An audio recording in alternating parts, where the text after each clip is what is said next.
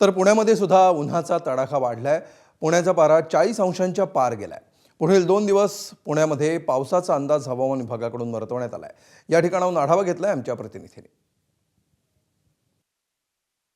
राज्यासह पुण्यात मागील 4 ते 5 दिवसापासून सातत्याने तापमानात वाढ होताना दिसते।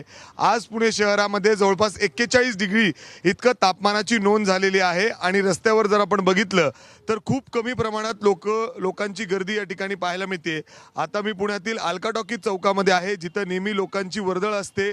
मात्र बघितलं तर दुपारच्या वेळी काही दुकानं देखील आपल्याला बंद दिसत आहेत।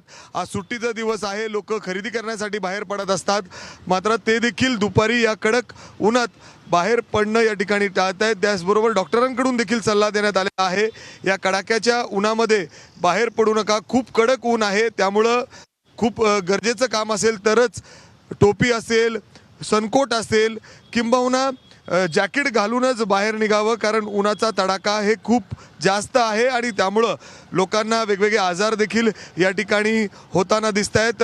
लोक या कडक उन्हापासून स्वतःचं संरक्षण करण्यासाठी वेगवेगळे सरबतच्या दुकानावर असेल, रसवंती गृहांवर असेल, उसाचा रस असेल, लिंबूचा रस असेल, हे पिताना दिसत आहेत। बरेच बसस्टॉपच्या खाली देखील सावली बघत लोक या ठिकाणी पुण्यातमध्ये दिसत आहेत। मात्र पुणे आणि आजूबाजूच्या परिसरात बघितलं तर सातत्याने या उन्हाचा जो तापमान आहे तो वाढताना दिसतोय। हवामान खात्याकडून जे अंदाज वर्तवण्यात आलेले आहेत त्यानुसार पुढील 3 ते 4 दिवस अशाच पद्धतीने कडक ऊन या ठिकाणी राहणार आहे, किंबहुना तापमानात वाढ सुद्धा होऊ शकते, त्यामुळे लोकांनी काळजी घेणं गरजेचं आहे।